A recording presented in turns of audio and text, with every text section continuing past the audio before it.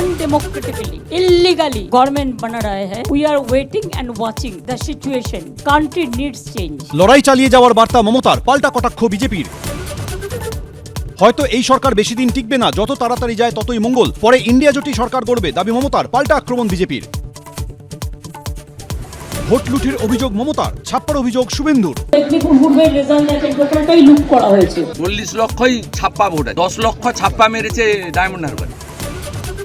কাল তৃতীয়বার প্রধানমন্ত্রী পদে শপথ মোদীর। রাষ্ট্রপতি ভবনে সন্ধ্যে 7:15 শপথ। আমন্ত্রিত একাধিক রাষ্ট্রপ্রধান। মন্ত্রিসভায় ঠাঁই হবে বাংলা সাংসদদের। লোকসভার বিরোধী দলনেতা হন রাহুল। কংগ্রেসের ওয়ার্কিং কমিটির বৈঠকে প্রস্তাব পাশ, পরে সিদ্ধান্ত জানাবেন রাহুল। ফের কংগ্রেস সংসদীয় দলের চেয়ারপারসন সোনিয়া গান্ধী। নিউটাউনের রেস্তোরাঁয় সোহমের মস্তানি, মালিককে ধাক্কা, মাটিতে ফেলে লাথি চড়, ক্ষমা চাইলেন 17 ঘন্টা পর। থানায় অভিযোগ দায়ের, পুলিশের বিরুদ্ধে অভিযোগ রেস্তোরাঁ মালিকের।